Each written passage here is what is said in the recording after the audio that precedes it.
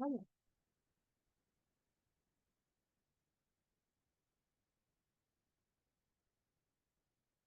Wow.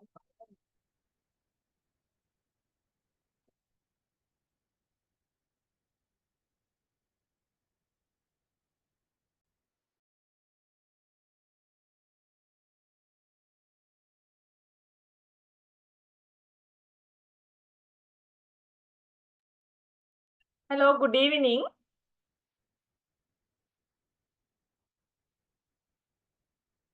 Good Hello. evening. Good evening, ma'am. Yeah. So what shall we do? Shall we wait for some more minutes? Okay, ma'am. Okay.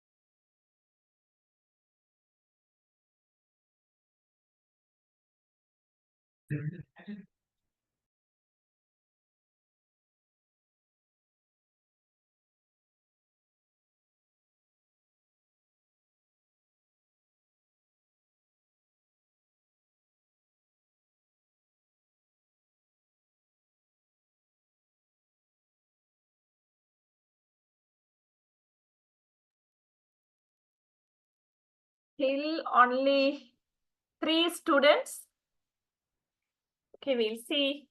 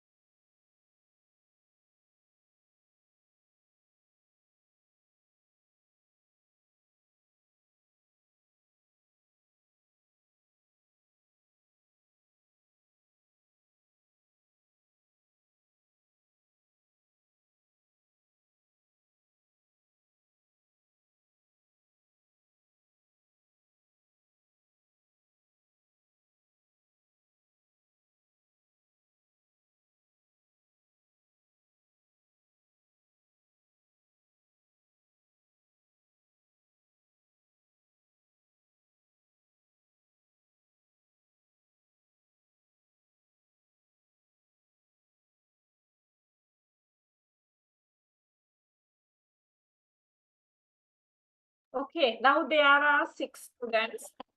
Actually, it is 5, 6. It's with me too. What shall we do? Shall we start? Yes, ma'am. Okay. So then last week we started doing something that was based on the given material. Then I got to know, I sensed that you were a bit confused. Okay, therefore I prepared the slides using my own material. We'll see. Okay, so the topic is development and analysis of syllabus and textual material. Okay, so this is the major topic, development and analysis of syllabus and textual materials. Under that, we have these topics. You just have an idea.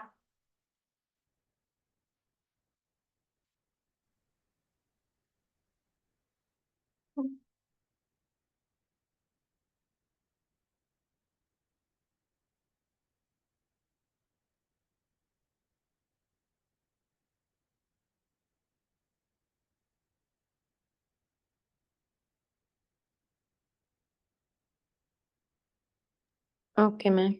Okay. Okay, so under this, we will be talking about understanding the relationship between curriculum, syllabus, textbook.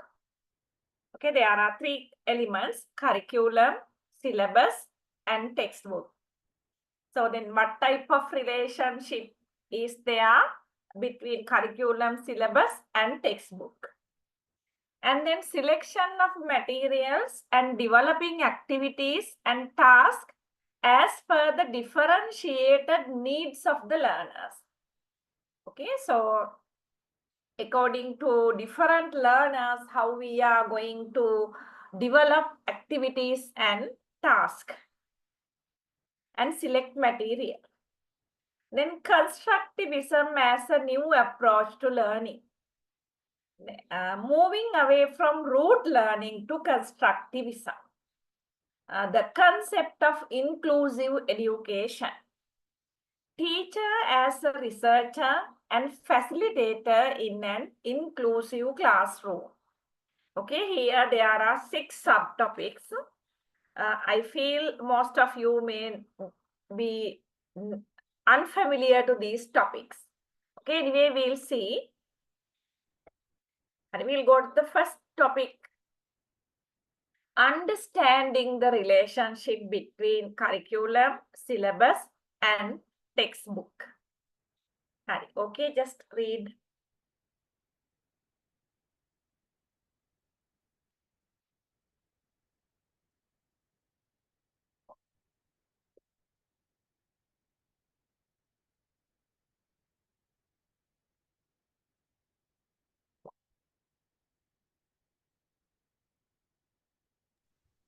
Okay, madam. Okay, madam. Okay. Curriculum, syllabus, and textbook are interconnected components of the educational process, each playing a distinct role, very clear role in shaping the learning experience. Okay, this is not something unknown to you. You know, curriculum, syllabus, and textbook, they are interconnected in the field of education. And they separately play a very distinct role, very clear role, very important role, shaping the learning experience. We'll go to understand what they are. Okay, just get an idea what the curriculum is.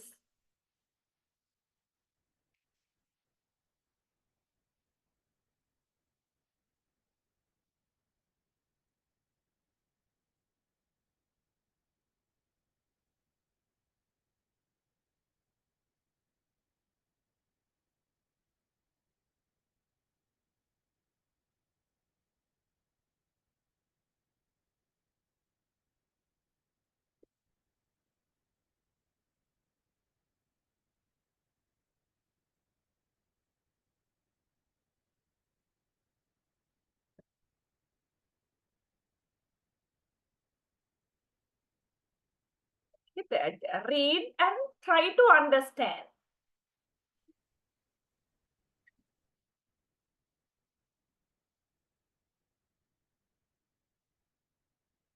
Okay, ma'am. Hari, okay, we'll see what it is. Curriculum refers to the entire planned program of study for a school, college, or university. So when we see the term curriculum, it refers to the entire planned program of a school, college, university. So from this definition, you can understand curriculum, the idea is very broad. It outlines the courses, subjects, and activities that students will engage in to achieve specific educational goals.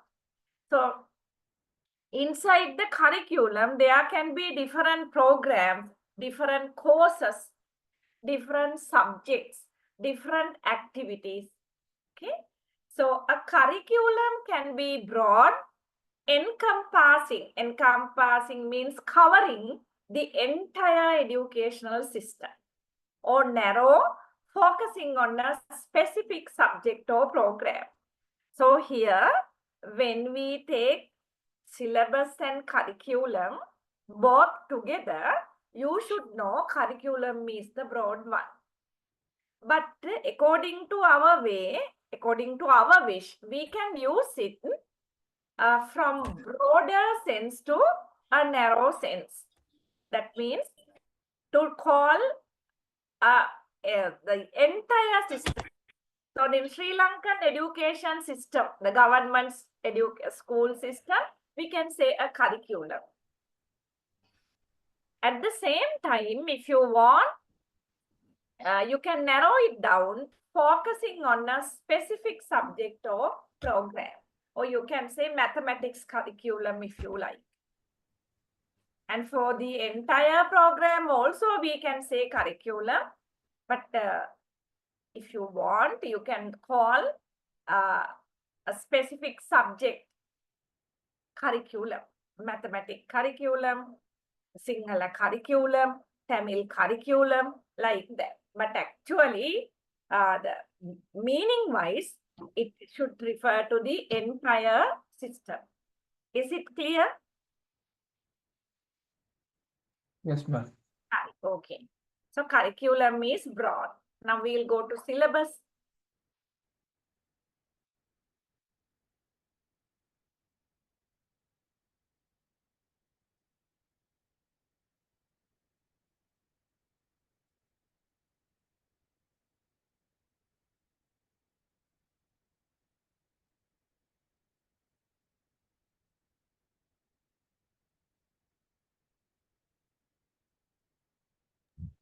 Okay, madam. Hari, okay. Inside the curriculum only, syllabus is available. A syllabus is a detailed outline of a course of study.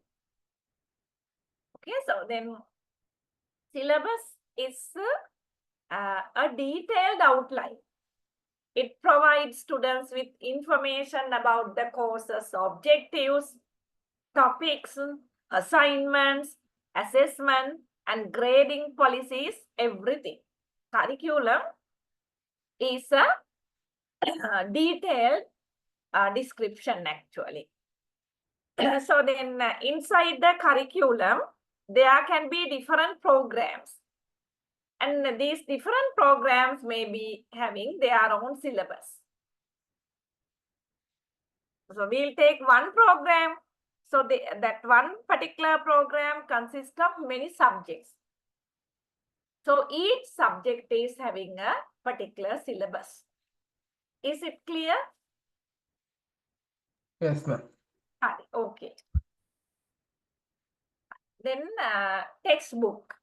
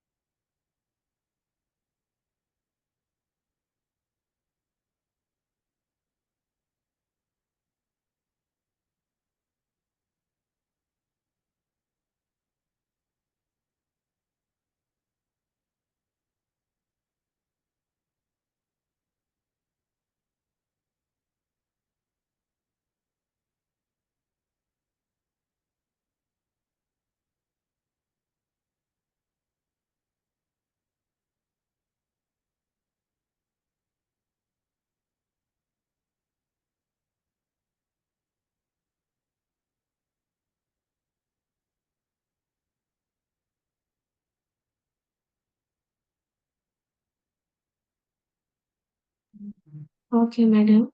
Okay. A textbook is a book used as a standard instructional material for teaching a particular subject. Okay, a textbook cannot be there for a curriculum. Textbook is attached to a particular subject and it is used as a standard instructional material to teach this particular subject. The subject teachers are using the textbook. Textbooks are typically designed to provide comprehensive coverage of a specific topic or field of study. Okay, so then textbooks are typically designed when the designers, they design textbook in a way that it provides comprehensive coverage of a specific topic or field of study. And they are often used in conjunction with other learning materials such as lectures, assignments, and supplementary reading. Okay, so no subject can be covered only with the textbook. The textbook should align conjunctions with other learning materials such as lectures, assignments, and supplementary reading.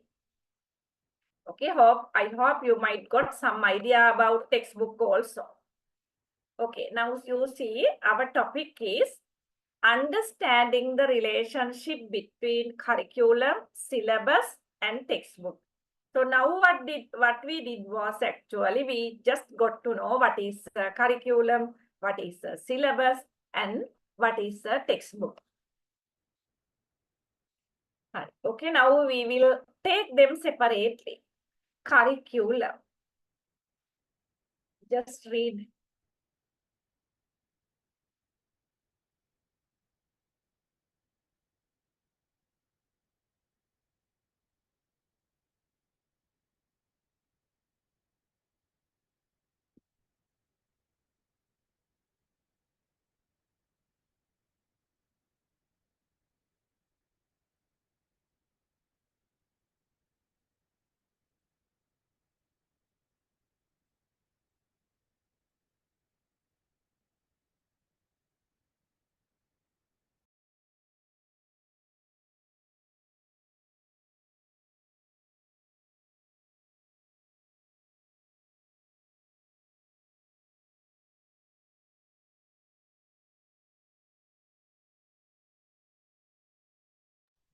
Okay, madam.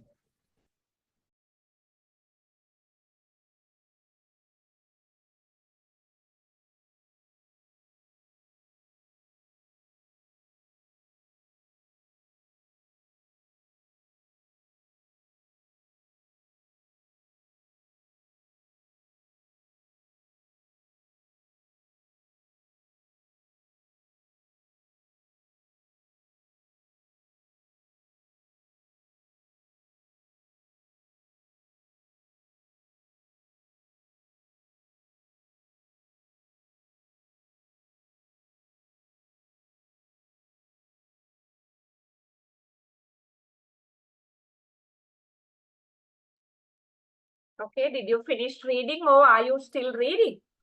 Finished, ma'am. Okay. Curriculum. Broader scope. The curriculum defines the overall educational goals, objectives, and content for a particular subject or program. Okay, so this is broad. And curriculum defines the overall educational goals, overall educational objectives, and content for a particular subject or program. It outlines the desired knowledge, skills, and attitudes that students should develop. Okay, so in a curriculum, you can see the desired knowledge, skills, and attitudes that students should develop. Okay, so curriculum is broad in its meaning. And then framework. The curriculum provides a framework for the syllabus and textbook. Okay, so remember, based on the curriculum only, syllabuses, nowadays two terms are used as the plural. In the past, we use syllabus, syllabi as the plural. But according to modern English, syllabuses are, that is also accepted. Okay. So syllabus or syllabuses are prepared, making curriculum as the framework. And even textbook, when textbooks are prepared, the curriculum will act as the framework, guiding their development and ensuring alignment with the broader educational goal. Okay, so curriculum contains broad educational goals. So we have to prepare syllabus in a way that it will help to achieve the goals. And when we are preparing textbook, there also we have to have the curriculum as the guideline. Is that clear?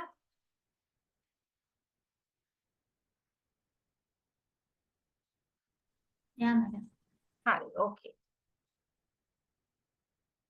If you have a doubt, you can ask.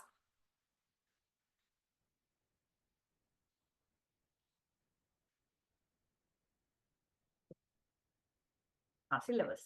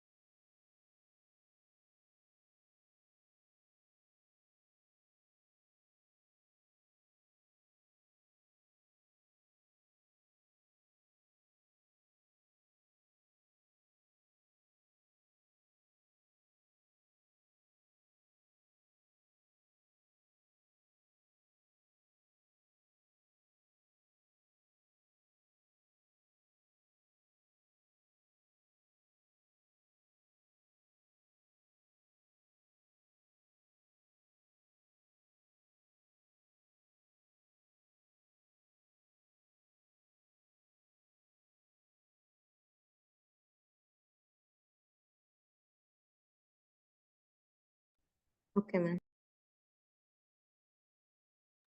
Hari. Syllabus. Detailed outline.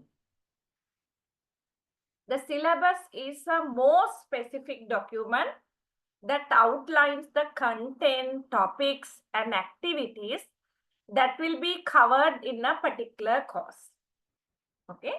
So then syllabus is very much detailed. It serves as a roadmap for both the instructor and the student. And the syllabus is acting as a roadmap for both teacher and the student. So normally the curriculum will not reach the student. Sometimes the curriculum will not be taken by the teachers to the classroom. So what teachers are considering when they are preparing for lessons, that is the syllabus. Then alignment with curriculum. The syllabus should be closely aligned with the curriculum, ensuring that it addresses the stated goals and objectives. Okay. So then if when the curriculum is there, we can't prepare a syllabus according to our wishes. So we have to consider the curriculum first, and accordingly we have to prepare the syllabus. Is it clear? Yes, ma'am. Okay, next, the textbook.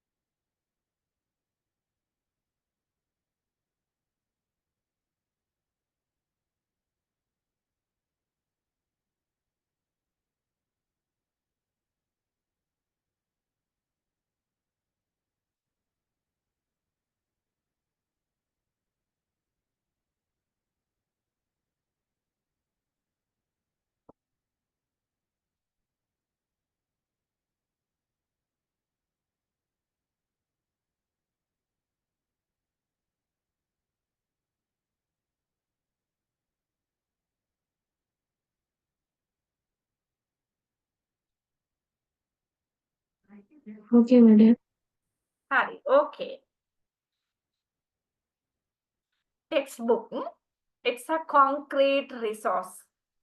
It's not something abstract. So it's something that we can see and touch. It's something concrete. The textbook is a concrete resource that provides the content and information needed to support the learning objectives outlined in the syllabus. Okay, so then when it comes to textbook, the immediate consideration of textbook preparation is the syllabus, not the curriculum. Alignment with the syllabus. The textbook should be complement the syllabus, covering the topics and themes specified in the course outline. Okay, textbook should be prepared considering the syllabus, not considering the curriculum.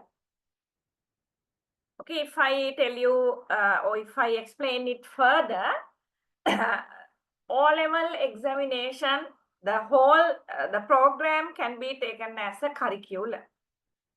So inside this curriculum, there are different subjects. Okay, there are nearly 50 subjects for O-level. Okay, so then all these subjects are called, all these subjects are having syllabuses. Okay, so then textbooks, if there are 9 subjects, we'll simply say there are 9 subjects. So most probably there can be 9 separate textbooks. Textbooks are prepared considering the syllabus. Syllabus is prepared considering the curriculum. Is that clear to you? Yes, ma'am. If you have even a minor doubt, you have to ask. Okay, this is just like the end.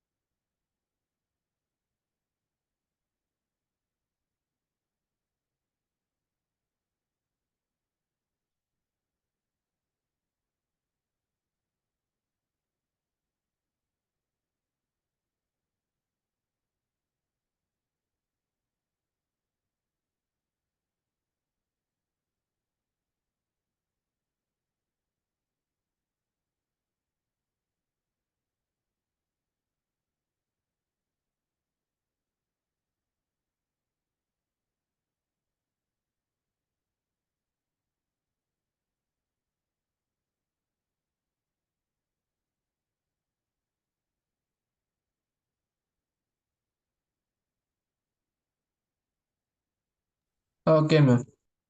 Okay. Supplement to syllabus. The textbooks can serve as a valuable resource, but it should not be the sole source of learning. But that's also important.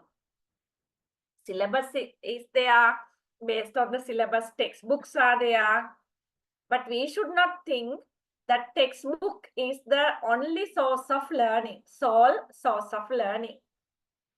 Additional materials such as articles, video, or online resources may also be used to enhance the learning experience.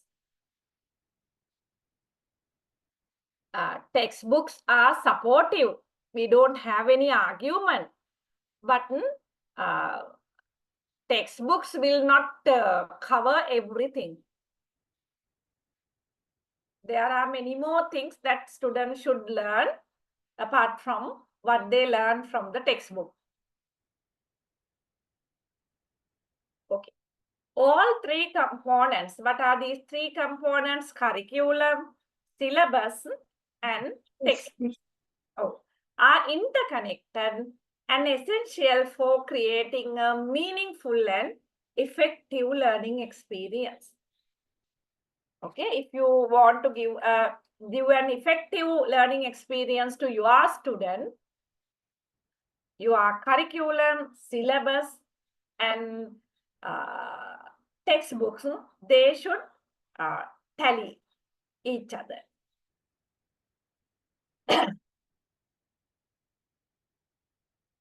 Okay, so we have completed first topic. That is understanding the relationship between curriculum, syllabus, and textbook. Okay, so now you should have a clear idea about this.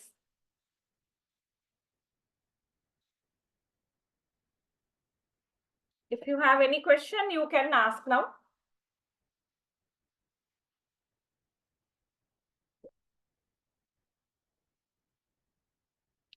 If you do not have issues, we'll go to the next section.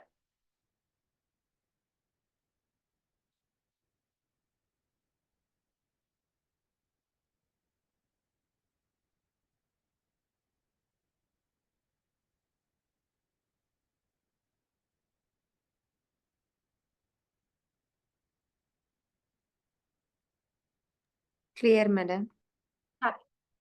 The selection of materials and developing activities and tasks as per the differentiated needs of the learners. Okay, we'll see.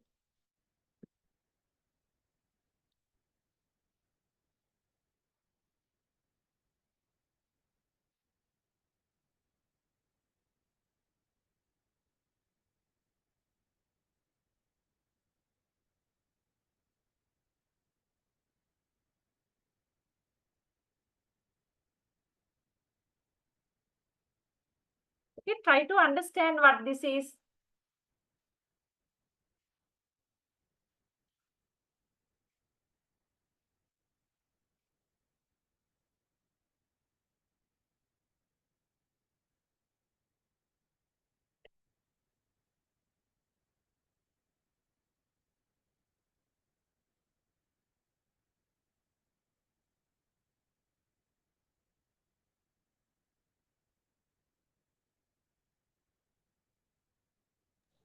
Okay, madam.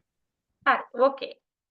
Selection of materials and developing activities and tasks as per the differentiated needs of the learners. That is our topic. And this topic refers to the process of tailoring educational resources and experiences to meet the diverse needs of individual students. Okay, students are different, that we all know. So when there are 30, 50 students in the class, all are not same. They may be same age-wise, but still there are various differences. Okay, so then therefore we should know the process of tailoring educational resources and learning experience to meet these diverse needs of individual students.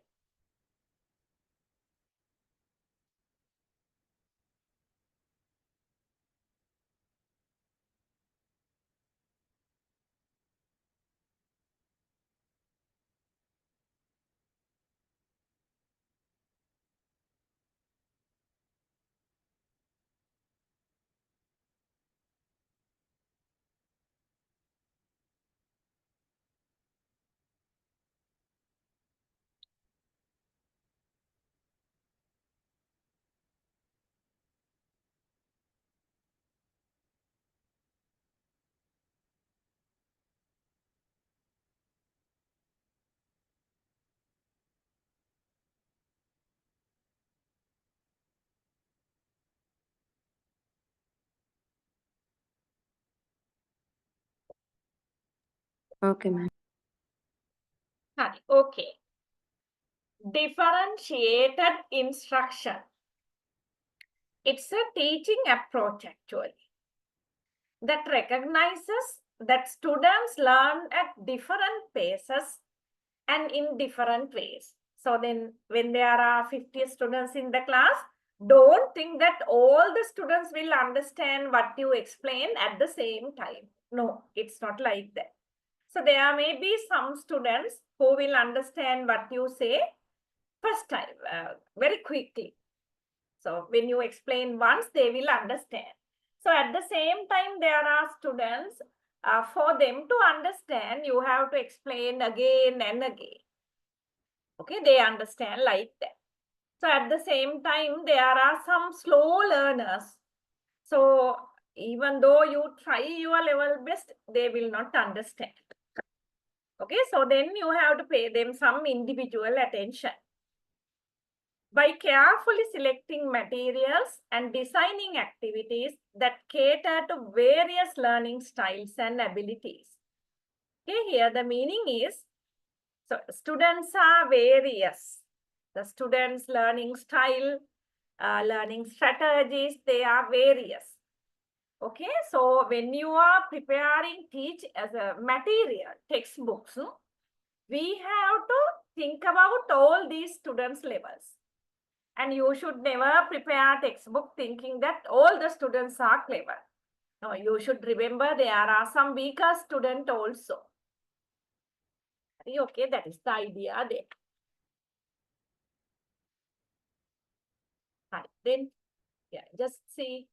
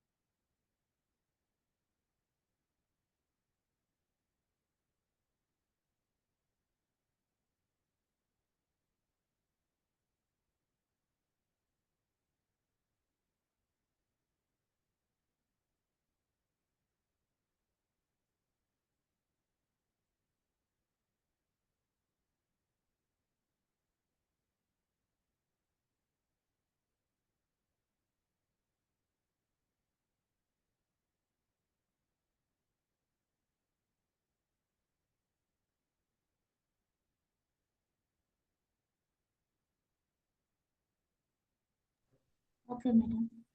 Okay. Key considerations in differentiated instruction include. Okay. So then these are the things. Students' readiness. Assessing students' prior knowledge and skills to determine appropriate starting point. Okay, so then when you are using teaching material, textbooks, or when you start going to explain particular lesson, first thing that you need to do is assessing students' prior knowledge. So you have to check whether these students are having some prior knowledge about this. Okay, so after knowing there, so then you will of course find there are some students who are having very good understanding about what you are going to teach. Some are having some average idea. At the same time, there may be students who do not have any idea. Okay, so considering all these things, you have to start with an appropriate starting points. Okay, then students' interest. Identifying students' interest and preferences to make learning more engaging. Okay, so then when in the preparation of teaching material, I mean text material, so you have to think about the interest and preferences of your student. So when you select something interesting for them, they also will follow it and they also will learn it willingly. What we are talking is selection. Yeah, okay, this also you know, Nihal. Okay. students' learning style. Yeah, just see.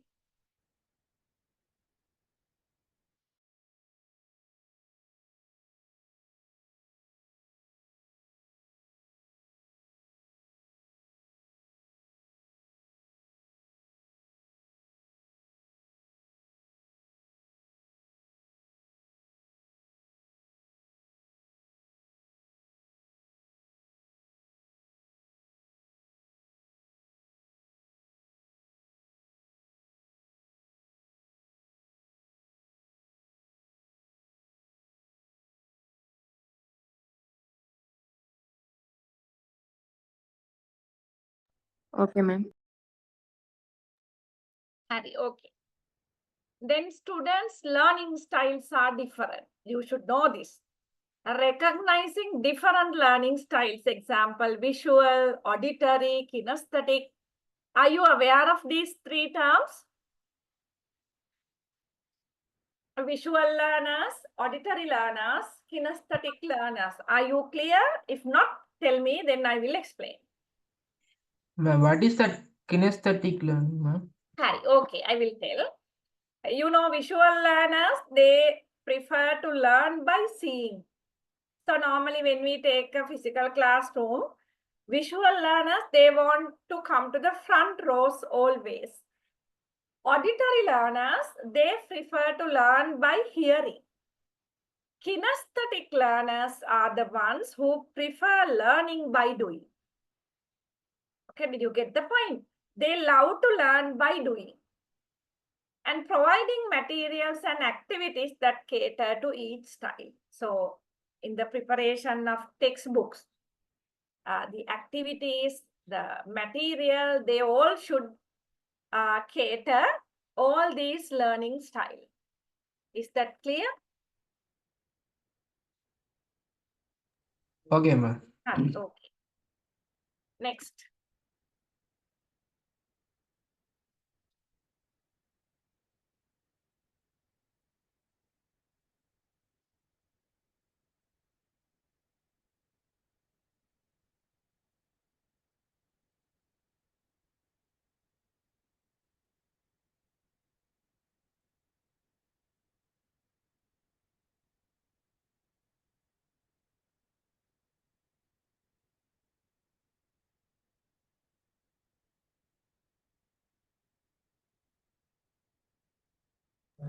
Okay, madam. Examples of differentiated materials and activities. Activities might include tired activities, providing different levels of difficulty or complexity for the same task. Okay, the same task may be tired for some students, maybe average for some other students, maybe for some other student, it's very easy. Okay, so then when you prepare activities, even in the textbook, you have to consider they should cater all the varieties of students. There should be, your activity should be an activity for the most cleverest students, average students, and weak students even should do the activities. And then choice board, offering students a variety of options for completing assignments or projects. Okay, so I don't know how far it is practical, but actually in Western countries, the project is given to the students, but student is giving lots of options for completing the assignments or the project. But in Sri Lankan context, I feel the teacher is deciding how you need to complete and submit this. But even in our context, it's better to give choices for the students. We'll go to the next one.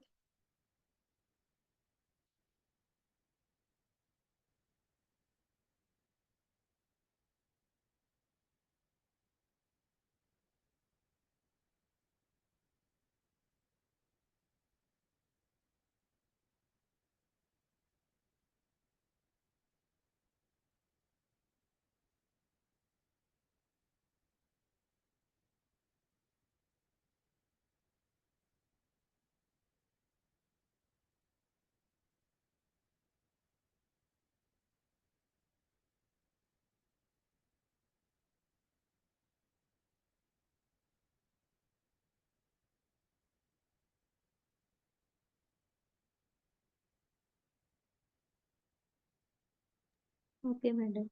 Okay, ma'am. Hari, okay. Hari. Flexible grouping. Grouping students based on their needs or interest for specific activities. Okay, so then when we group students to different activities, the way that we are grouping also should be flexible. Then adapted materials. Modifying textbooks or worksheets to accommodate students with learning disabilities or other special needs. Okay, there may be students with learning disabilities. At the same time, there may be students who need some special needs. Okay, so in such cases, the teacher has to modify the textbook in the sense what you are going to do from the textbook should be modified. Otherwise, those who are having learning disabilities, those who are having those who need special needs, they may not learn it properly.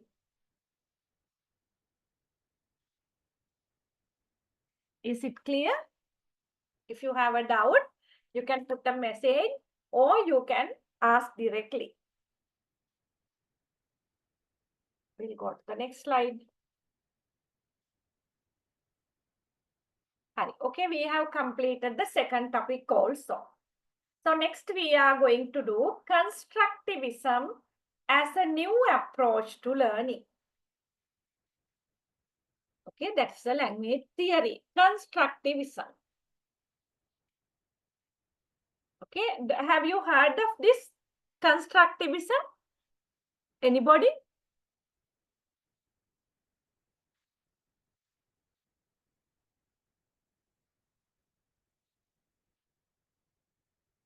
Okay, if you haven't heard, we'll know. Okay, read.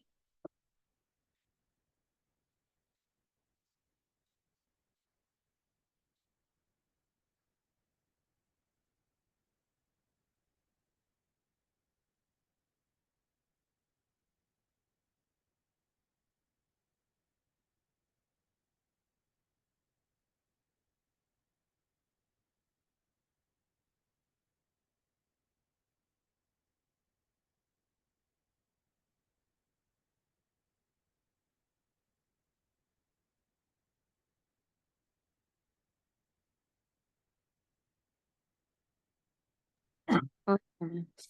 Okay. Constructivism is a learning theory that suggests individuals actively construct their own knowledge based on their experiences and interactions with the world. Okay, constructivism is a very positive theory in the field of education. If I brief you, I did not include these things, otherwise the note will be very lengthy. Before constructivism, positivism was very popular in the field of education. So what was popular? Positivism. Positivism. Okay, according to positivism, students were considered, students' heads actually. Students' heads were considered as empty vessels, empty pots. So teacher's task is to fill these empty pots with the knowledge that they have. Okay, take this into your mind. According to positivism, the student's brain was considered as empty pots, empty vessels. The teacher's task is to fill these empty vessels with the knowledge or information they have. Okay, this was totally a negative theory when it comes to education, because that theory, positivism, considered students are useless. They are, nothing is there in their brains like that. But later, against positivism, constructivism came.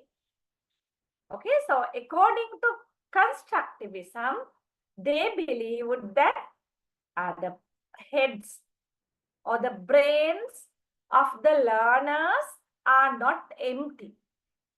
Okay, so here they talk about the students when they are enrolled into grade 1.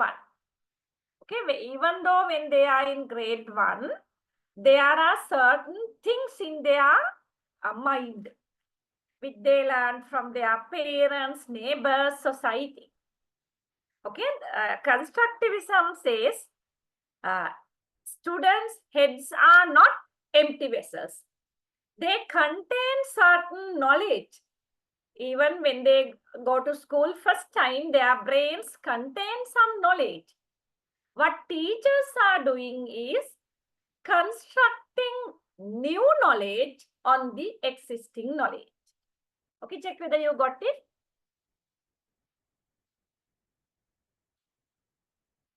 Yes, ma'am. We understand. Okay. Unlike traditional approaches that emphasize passive reception of information, that means passivism, constructivism view learners as active participants in the learning process. Okay, constructivism, they consider learners as active participants in the learning process. Earlier, positivism, they considered learners are passive. They are not active. Okay, read them.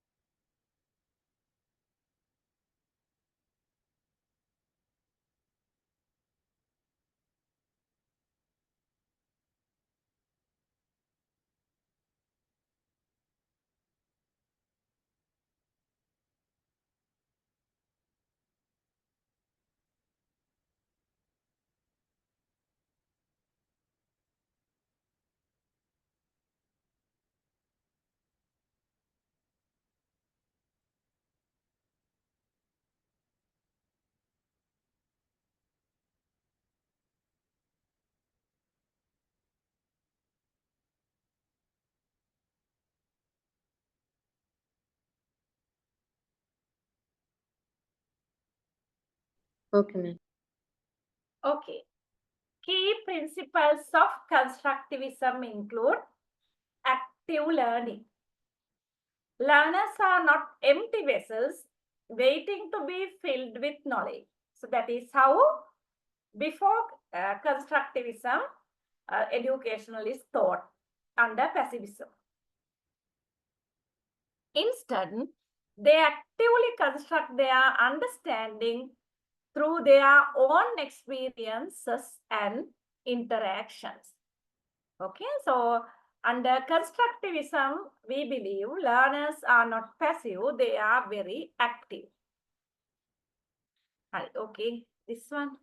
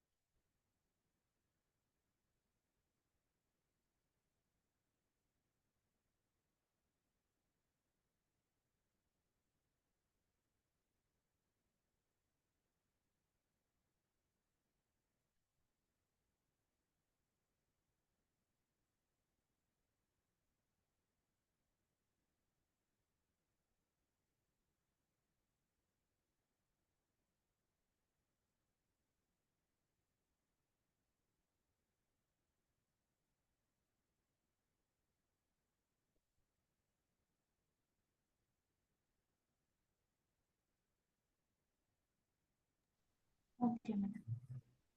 Okay. Schema theory. Okay, have you heard of schema theory?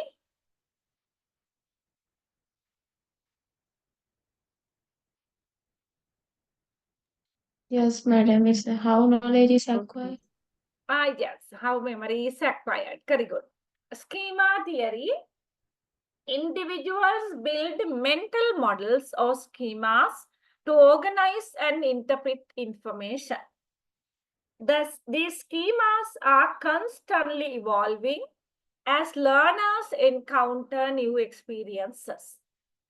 Okay, so this schema theory is basically about how we get information and how we store them in our brain and how we use them when and where it necessary.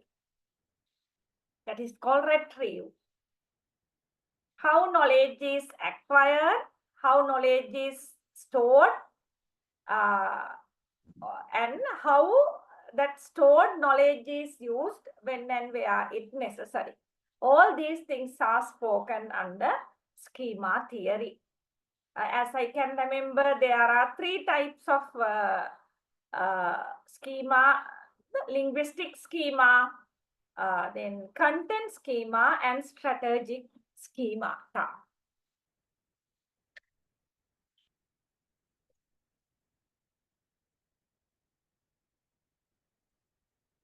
Okay, we are talking about key principles of constructivism. One is active learning, other one is schema theory, third one is social interaction.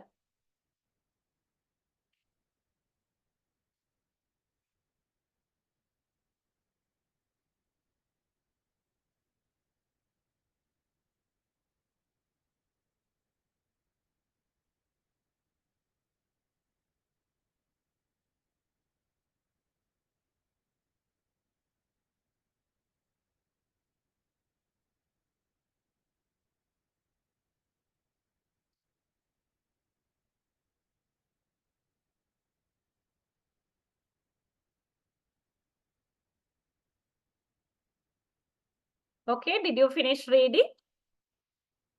Yes, ma'am. Yes, ma'am. Social interaction. Learning is a social activity. And interaction with others plays a crucial role in knowledge constructions. Okay, constructivism emphasizes on social interaction. Okay, when we are learning, we cannot learn alone. So we have to interact with others. Then only the new knowledge is constructed in our brain. Collaborative learning and peer-to-peer interactions can facilitate deeper understanding. Okay, so peer-to-peer. So then with another student, you can do that. If it is teachers, 2 teachers can do peer interaction, can facilitate deeper understanding. Okay, that is social interaction. Scaffolding. See what it is.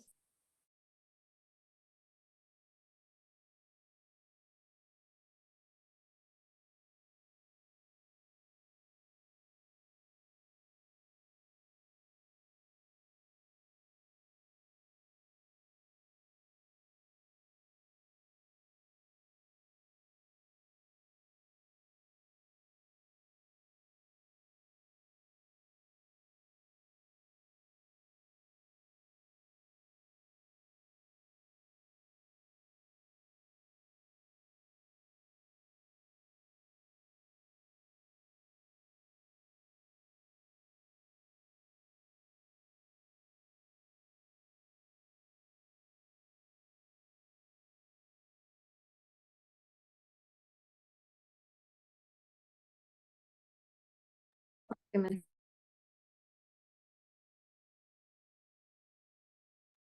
Scaffolding. Scaffolding means it's another concept, but I will briefly explain it. The teacher support. So that is the basic idea about scaffolding means teacher support. So then there is a limit for us students to do some task individually. But when teacher is supporting the students, he can reach a higher level than the level that he reached alone. Teachers can provide scaffolding. Scaffolding means support, help, to support learners in their knowledge construction process. This involves offering guidance, feedback, and resources to help learners progress. Okay, so that is scaffolding. The teacher should play the role of a facilitator, in other words.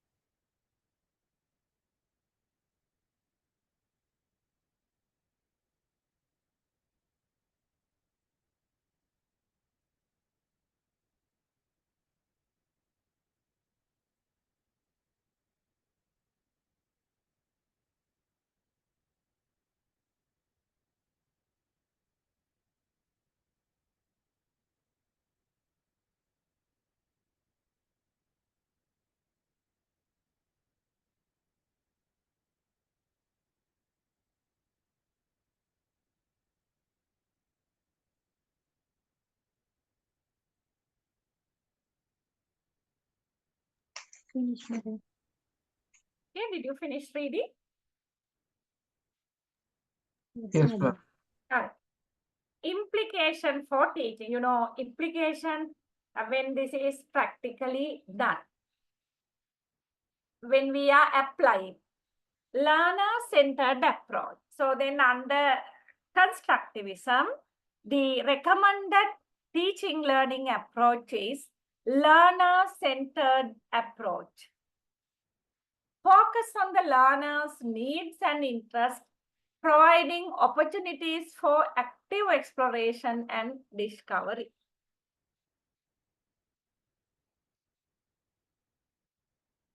Then real-world connections relate learning to real-world experiences and problems to make it meaningful and relevant.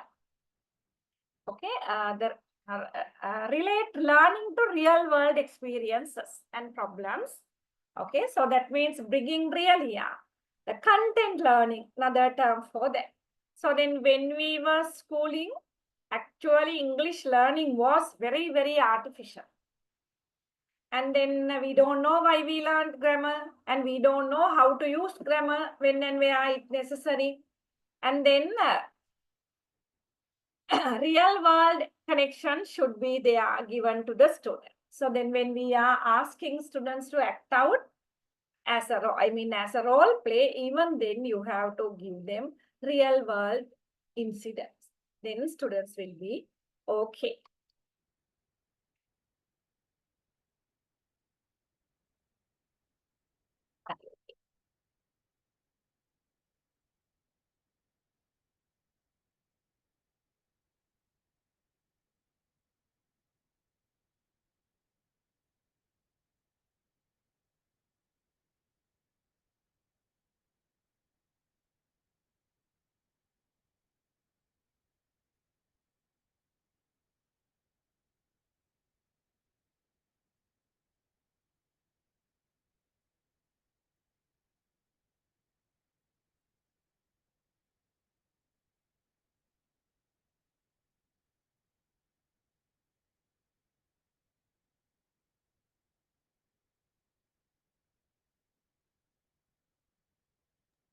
Okay, madam. Right, okay. Collaborative learning. So earlier we talked about what? Let me show you. Learner-centered approach, real-world connections, collaborative learning. That means encourage students to work together and learn from each other. Okay, so that is what is encouraged in this modern education system. The learner should not be alone. He should learn together with others. collaborative learning. Authentic assessment. So then use assessment that reflect real world tasks and allow students to demonstrate their understanding in meaningful ways. So when teachers are giving assignments to the students, they also should be real world tasks. Okay, so that they should not be something imaginary, the real things.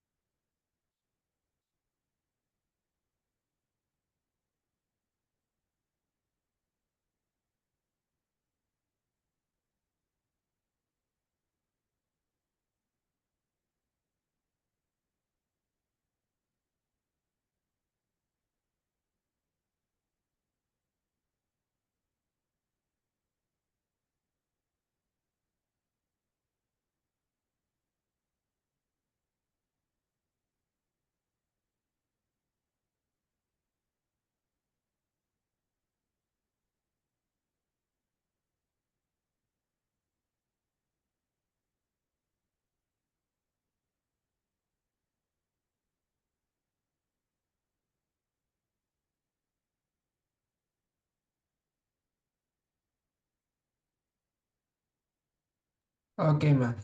Right, okay.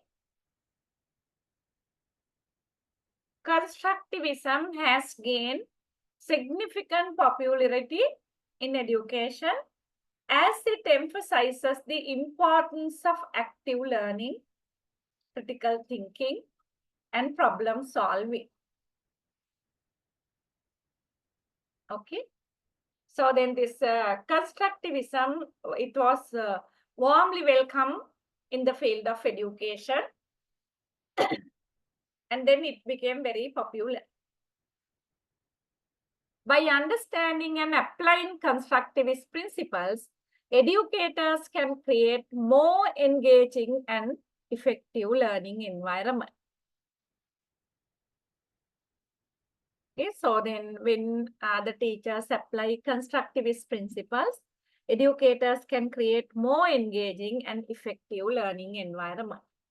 Because constructivism, it is very positive actually. Okay, that is the end of this section. If I go to the beginning, I just want to tell you what we were doing actually. Here, first two topics are over. Sorry, first three topics. See whether you can remember what we learned under them.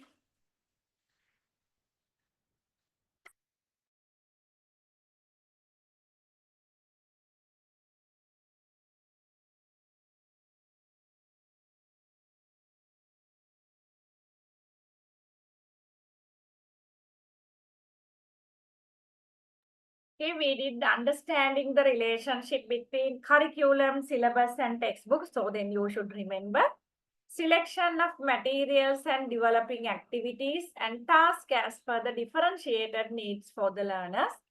So we discussed students are different.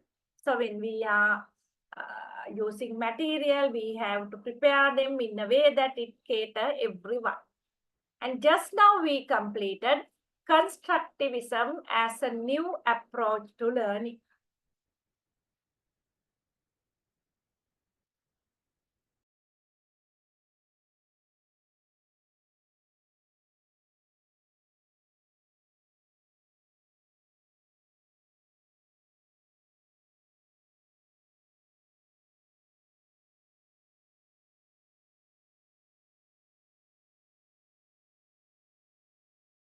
It's our new topic, constructivism as a new approach to learning.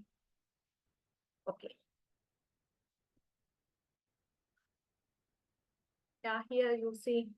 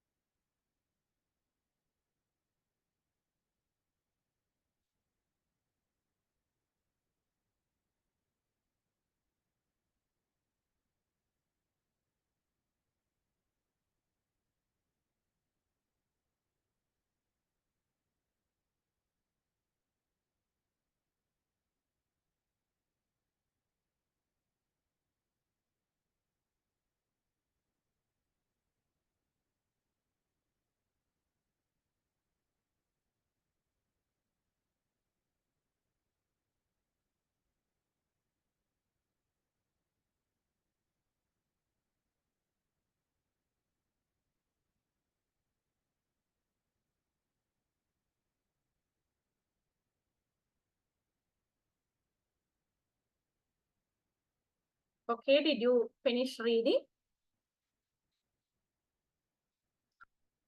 Yes, ma'am. Okay, so our topic is constructivism as a new approach to learning. So by this time, you know a little about constructivism because we had to talk about it with the earlier topic. Constructivism is a learning theory that suggests individuals actively construct their own knowledge based on their experiences and interactions with the world. Okay, so that means that individuals, they construct their own knowledge. They construct their own knowledge through their experiences and interaction with the world. Unlike traditional approaches that emphasize passive reception of information, constructivism views learners as active participants in the learning process. Okay, so then they consider learners as people who are active. Learners are active like that, the constructivism belief. Okay, these are the key principles of constructivism.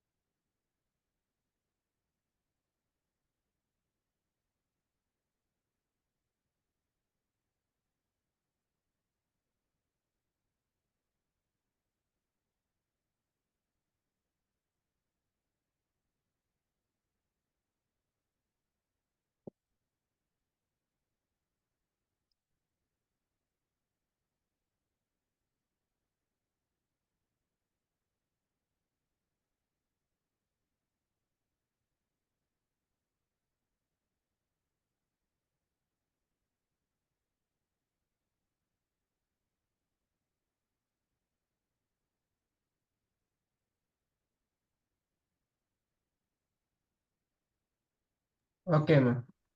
Okay. Now we are talking about key principles of constructivism.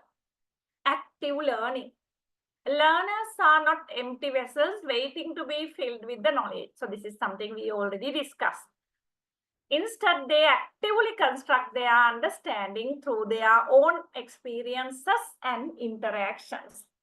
Okay, constructivism, it looks at the reader, it looks at the learner in a very positive way. So that is why this theory is very important.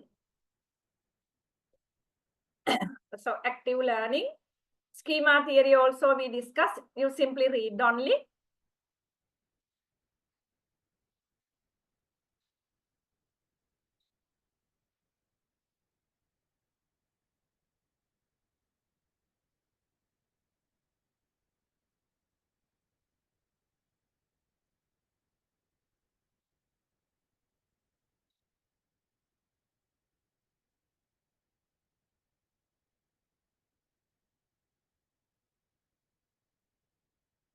Okay, so schema theory.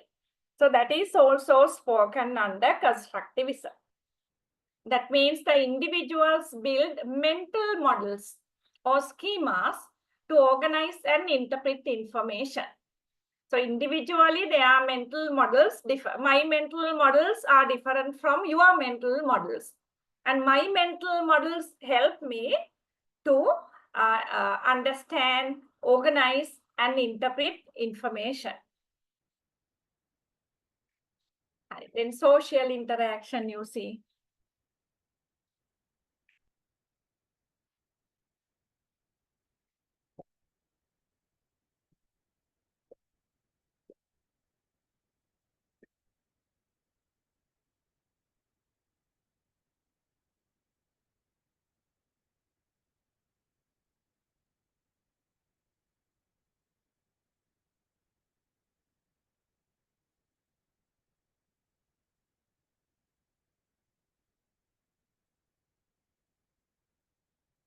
Okay, ma'am. Okay, so social interaction is also a very important component under constructivism. Learning is a social activity and interactions with others plays a crucial role in knowledge construction. So learning means we are constructing knowledge.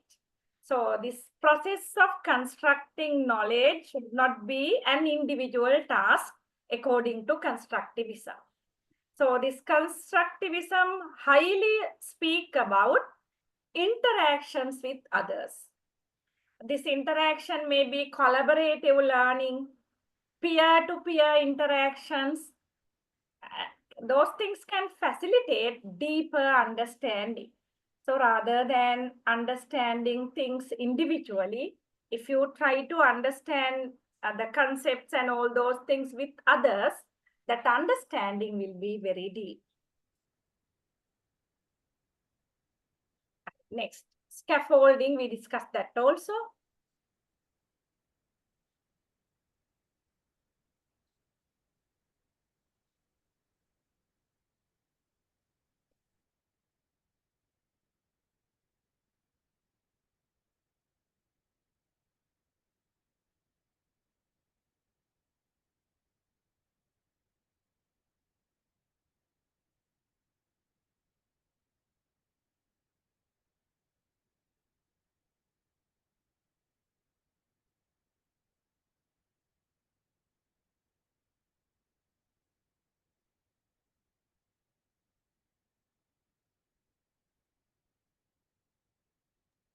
Yeah, madam. Okay. Scaffolding. Don't get confused with the term. Scaffolding means support, helping. Teachers can provide scaffolding to support learners in their knowledge construction process. This involves offering guidance, feedback, and resources to help learners progress. So how a teacher can scaffold is offering guidance, feedback, giving resources. In this way, teacher can help the student. And teacher's role is also very important. Okay, so then constructivism does not reject the role of a teacher. The teacher should be there.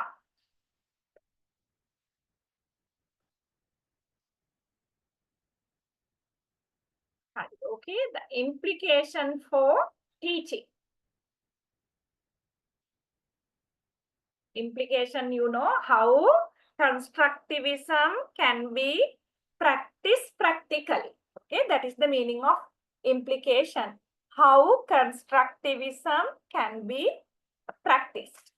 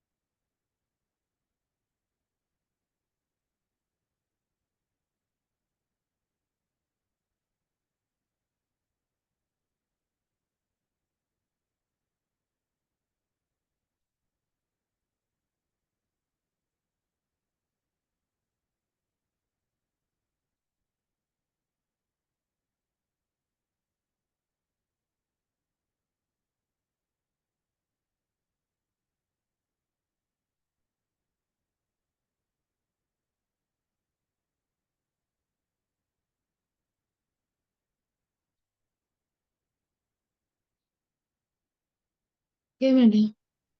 Okay. So constructivism, it encourages a learner-centered approach. You know, there are different approaches and they changes with the time. In the past, teacher-centered approach, that means teacher was just like a dictator.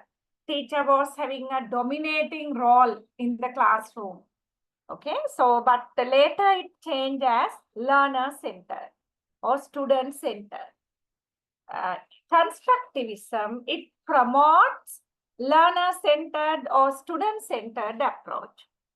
Focus on the learner's needs and interest, providing opportunities for active exploration and discovery. Okay, so in the past, under teacher-centered approach, the teachers gave everything to the students, I mean the knowledge. So the students never search for anything. But under learner-centered approach, teacher is not giving all the knowledge. Teacher is playing the role of a facilitator, and students are actively searching for knowledge.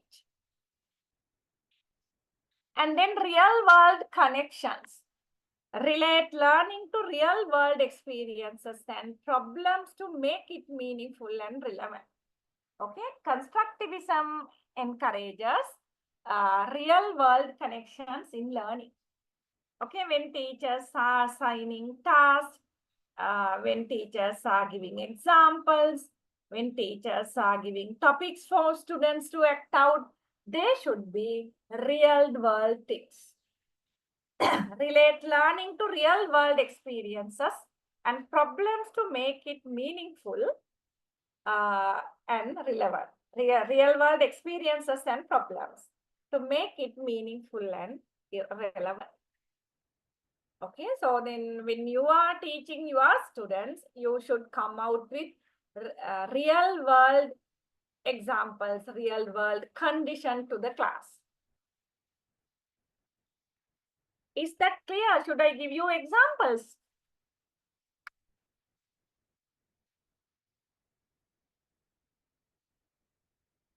Check whether it is clear. It's better to give some examples.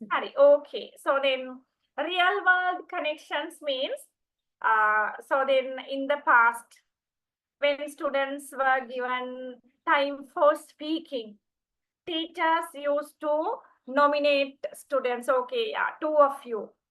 You will be the doctor and you are the patient. Or then the teacher will say, okay, you are the king and you are the soldier, or something like that. And they are not real world conditions. But even doctor and patient, you just imagine, you may feel it's somewhat practical. Yeah, that's true. But still for kids.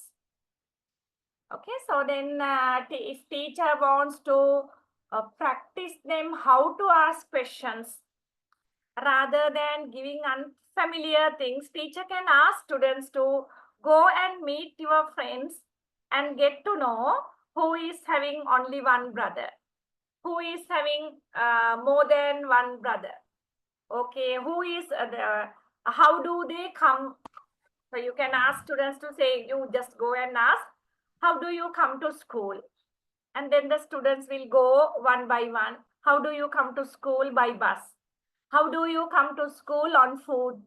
How do you come to school? By school service. Just like that they will say. Then the students will note down. And then how many brothers and sisters you have? One will say, I have no brothers and sisters.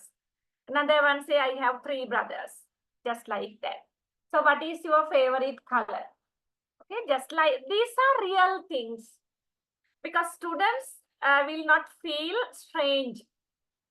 So then when students are employed with these type of activities, they are examples for real world connections. So they are real things that they talk.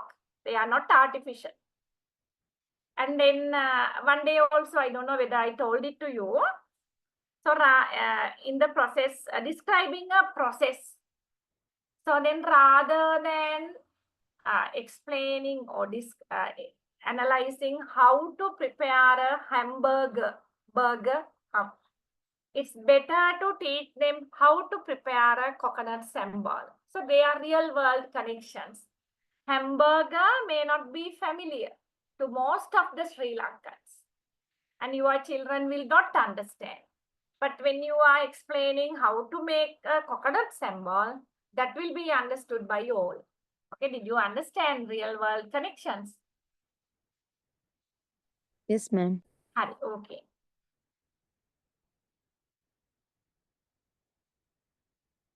Okay, so then learner-centered approach is encouraged by constructivism. Real-world connections are encouraged by constructivism and this.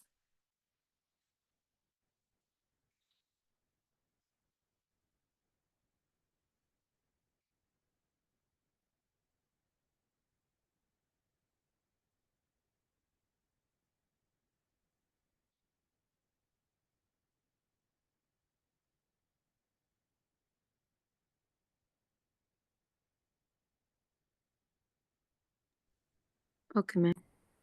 And collaborative learning encourages students to work together and learn from each other. So that is also a very important concept. Collaborative learn, not individual. Because this is also a real world conditions actually, because when we are living in society, we can't live alone. So we have to interact with others. Okay, so then if the situation is like that, how can students learn alone inside the class? It's very artificial. Okay, therefore, collaborative learning is encouraged by constructivism. And then authentic assessment. Use assessment that reflect real world tasks and allow students to demonstrate their understanding in meaningful ways. Okay, so assessment procedure, it is also very, very authentic, very, very natural. Okay, rather than giving very unfamiliar assessment, if you can give your students some authentic assessment, so that will be better. Okay, so this part also.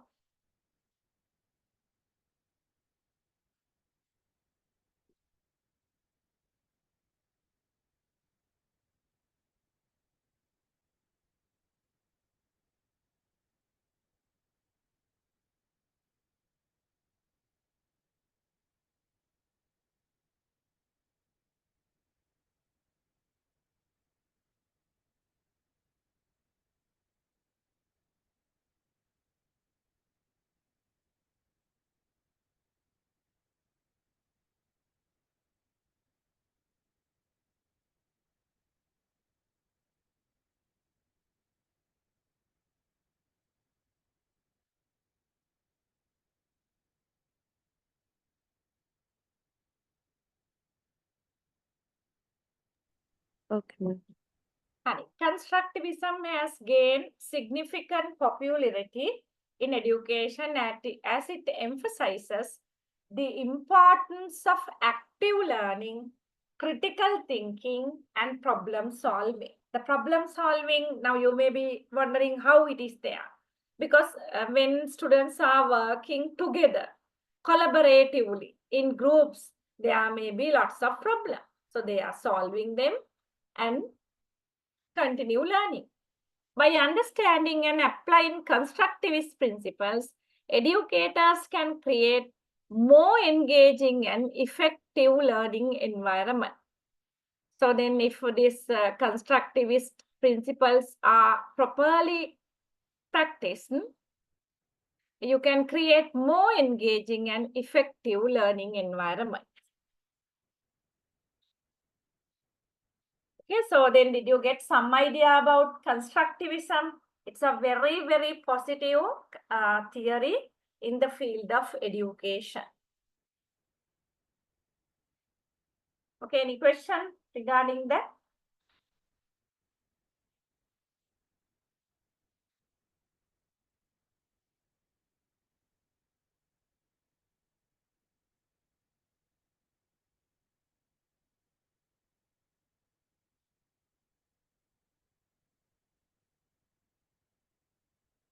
And okay, if it's clear, we'll go to the next one. Moving away from rote learning to constructivism. Okay, what is this? We'll understand.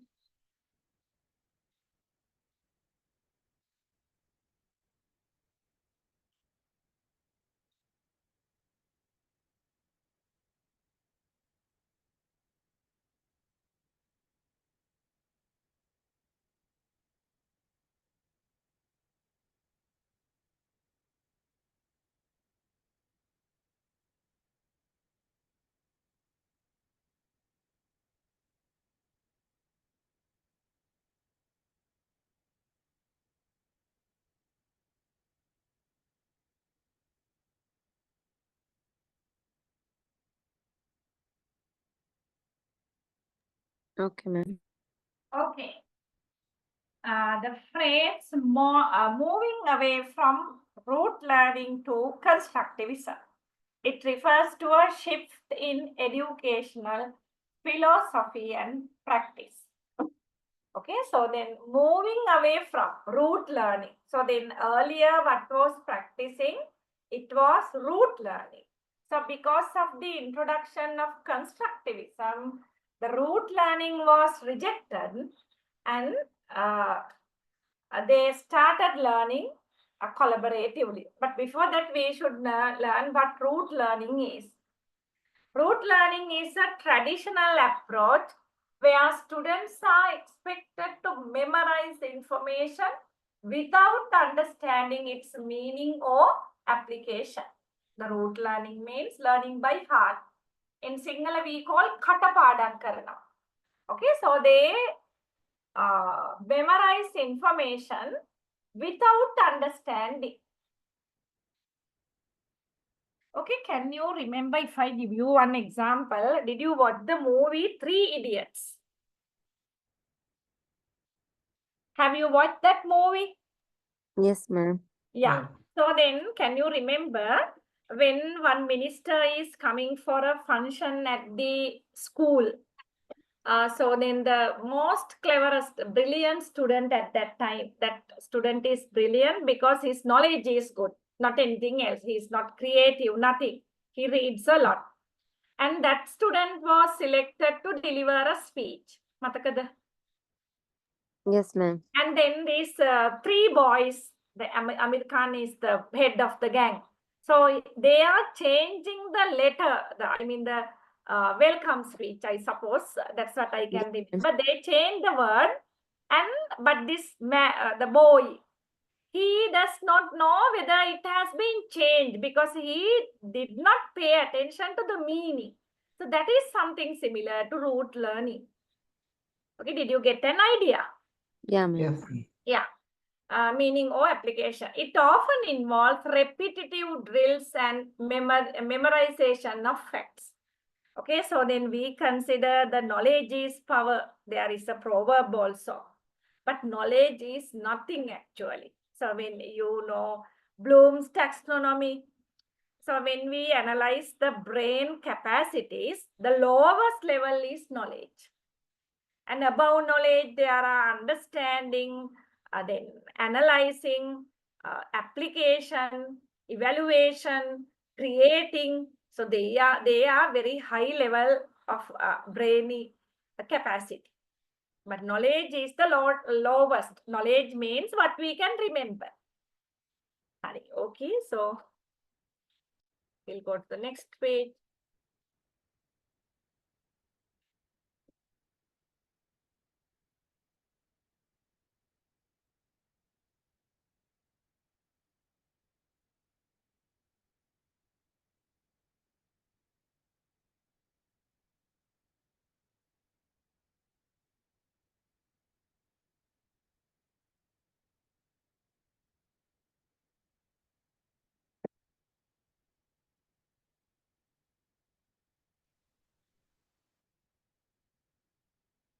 Okay, ma'am. Hari. Constructivism is a more learner-centered approach that emphasizes active learning and knowledge construction. Okay, so constructivism is learner-centered, whereas positivism, that's about teacher-centered. It suggests that students build their own understanding through experiences, exploration, and reflection. Okay, so constructivism is learner-centered, and the learner is building the knowledge.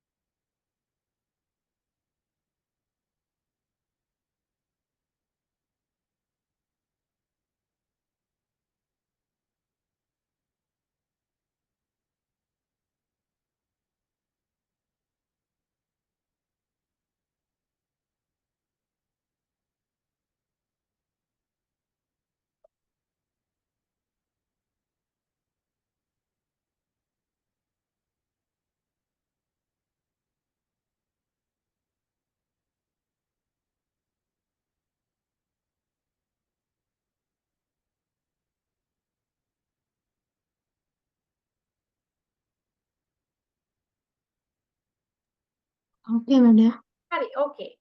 Moving away from rote learning to constructivism means adopting a teaching and learning approach that focuses on meaningful learning, helping students understand the context and relevance of the information they are learning. So students are learning with understanding. So that is the meaning of meaningful learning. So under rote learning, the students were just reading, but without understanding. But under constructivism, students' learning will be meaningful. Active engagement encourage students to participate in hands-on activities, experiments, and discussion. Okay, the students are encouraged to involve in activities. Okay, so then their understanding will be very strong.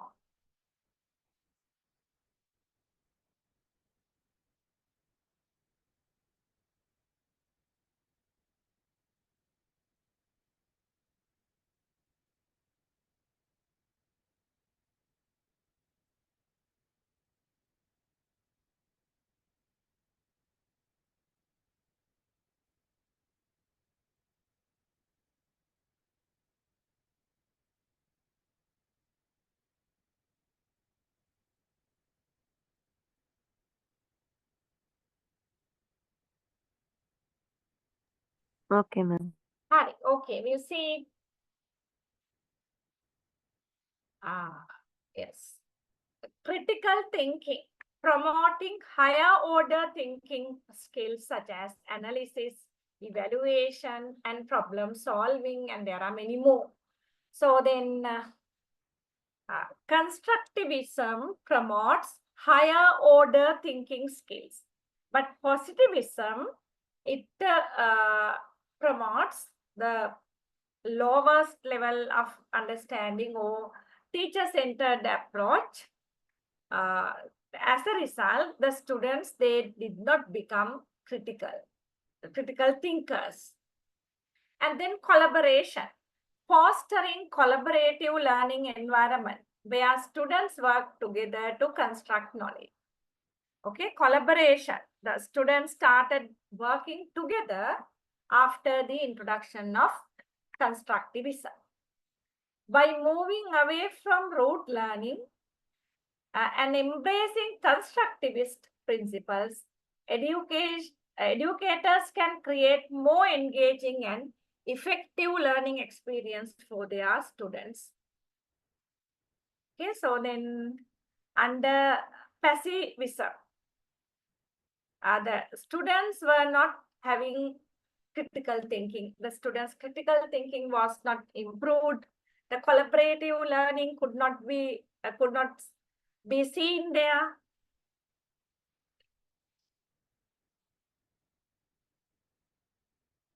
Okay, we'll start this. The concept of inclusive education.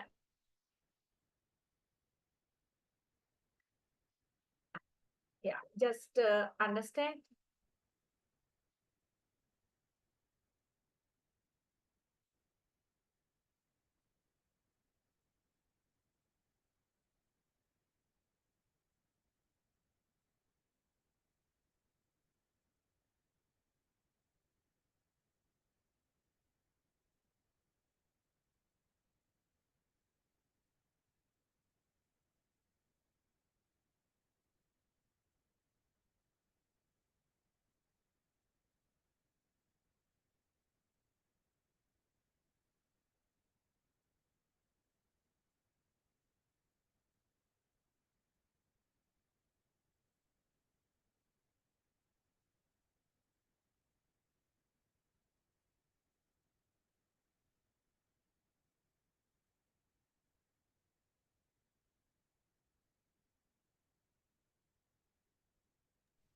Okay, madam. Honey, okay.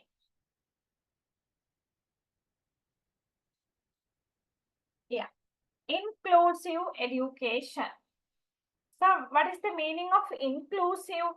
The opposite verb is, or opposite adjective is exclusive. Inclusive means everything is taken inside. Nothing is spared. Inclusive education is a commitment to ensuring that all students, regardless of their abilities or backgrounds, have access to quality education.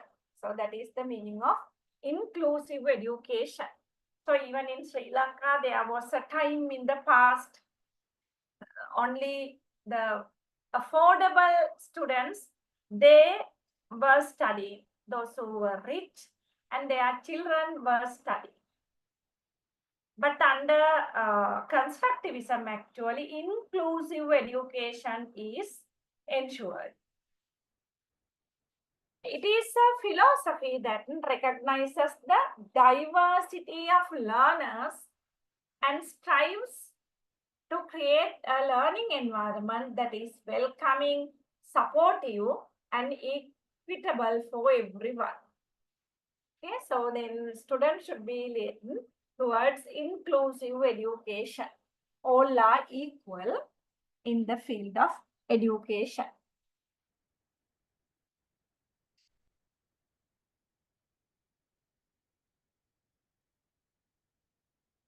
Okay, the key principles of inclusive education.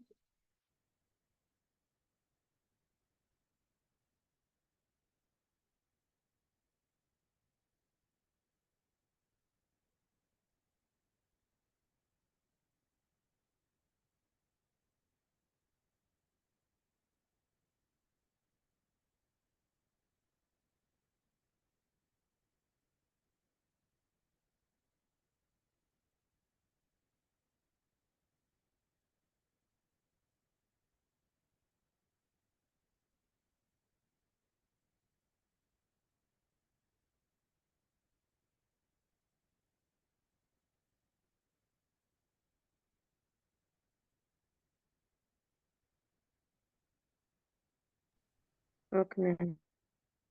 Okay. Key principles of inclusive education include diversity and equity. Embracing the diversity of students, including those with disabilities, cultural differences, or socio-economic backgrounds. All are included in the education process.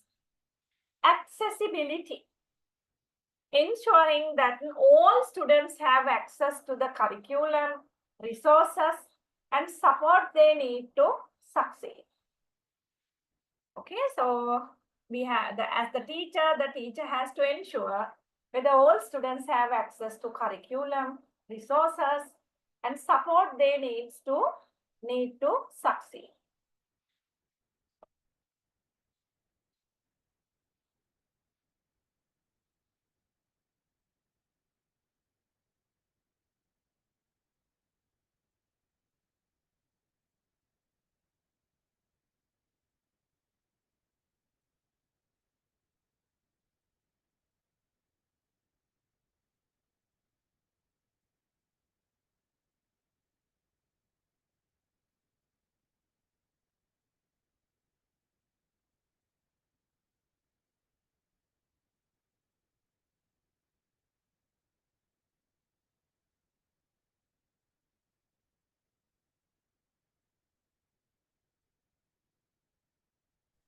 Okay, madam. Right.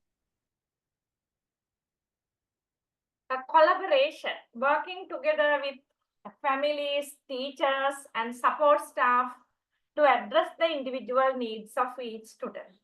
Sometimes teachers, they have to have chats with parents, that is to verify, that is to know individual needs of each student. Differentiated instructions, providing a variety of learning opportunities to cater to different learning styles and abilities. Yeah, so the students are having different learning styles. Visual, auditory, kinesthetic, tactile, there are many more. So teachers, when they give opportunities, they should know to verify whether these opportunities are for all.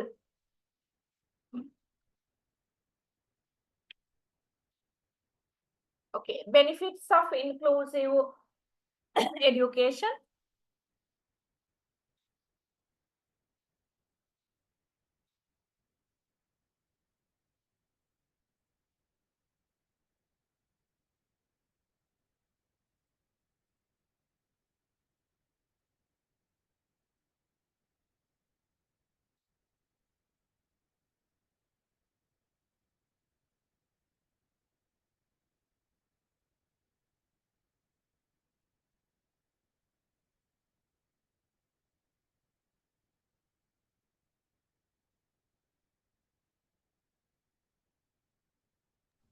Finish, madam.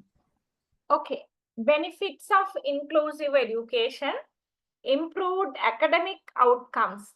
Inclusive classrooms can help all students achieve their full potential.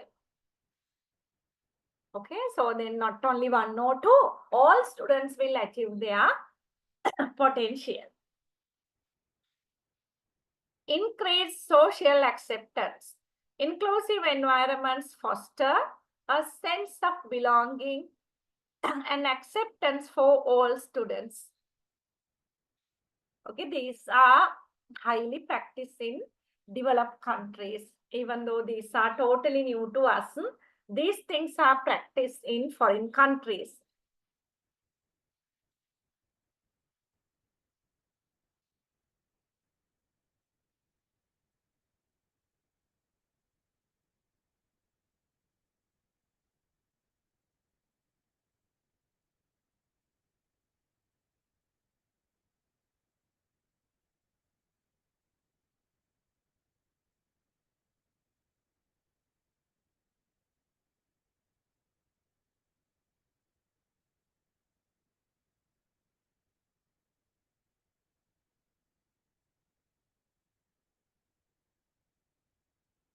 Okay, enhance life skills. Inclusive education helps students develop important life skills such as problem solving, communication, and collaboration. Then positive impact on society, inclusive education promotes a more equitable and inclusive society. We have one more lesson also, huh? What are the challenges that teachers, students face when they learn and teach under constructivism?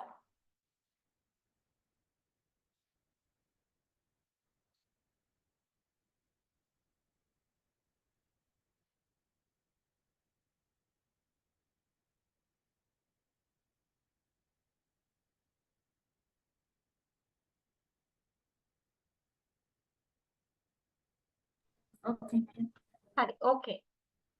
Challenges and strategies. So then we know constructivism is a very positive theory, language theory, and there are lots of benefits that we can get because of practicing constructivism. But whatever it is, there are challenges and strategies. Lack of resources. Ensuring adequate funding, staffing, and support for inclusive education can be challenging. Okay, so then we know inclusive education, we have to pay our attention individually to each and every student. But whatever it is, we don't have enough facilities, lack of resources. Okay, so then lack of resources is a problem for inclusive education. And then teacher training. Teachers may need additional training to effectively implement inclusive practices. Okay, so then if we are targeting towards a different path, the teachers should be first trained. So I have no idea whether the teachers have been already trained for this or not.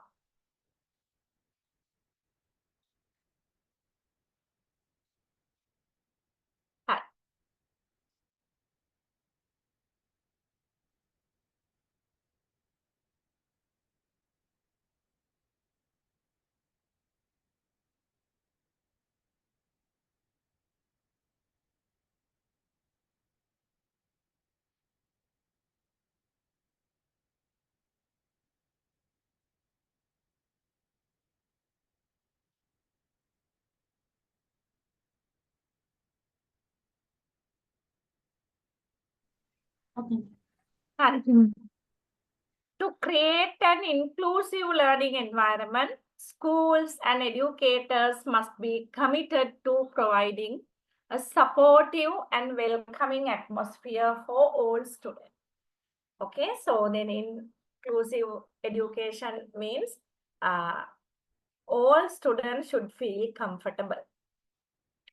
But this is not easy because one person cannot do this.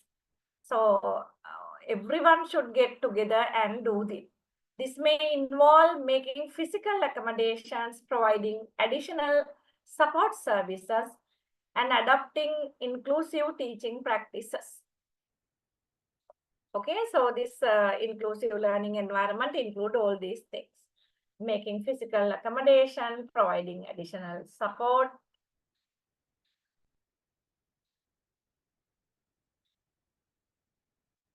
Hari, okay, so what shall we do? Even though we start this, we have to learn a lot. So then, shall we complete that section next week? Next week, no, Okay. tomorrow. Tomorrow we are having lectures, thing? Yeah, ma'am. Yeah, okay, we'll do this. I will share this. Huh? So then, Okay. give me 1 minute. Today I thought of sharing the slide, but I could not remember what to share. For an example, language lit. Did I share some slides? No, Of ma'am. this? No, not even a single slide. Are you sure? Hari. Okay, now itself by tomorrow, you will receive all these things. Now itself I will share it. Hari? Okay. ma'am. Okay, Okay. definitely. Thank you, madam. I have become a liar because every time I say like that, but today I did not share because I just wanted to verify it with you. Hari, okay. Shall we wind up the session and then we'll meet tomorrow? Okay, ma'am. Okay. Okay. Good night, Okay. ma'am. Thank Okay, you, ma'am. good night. Good Good night. night. Good night.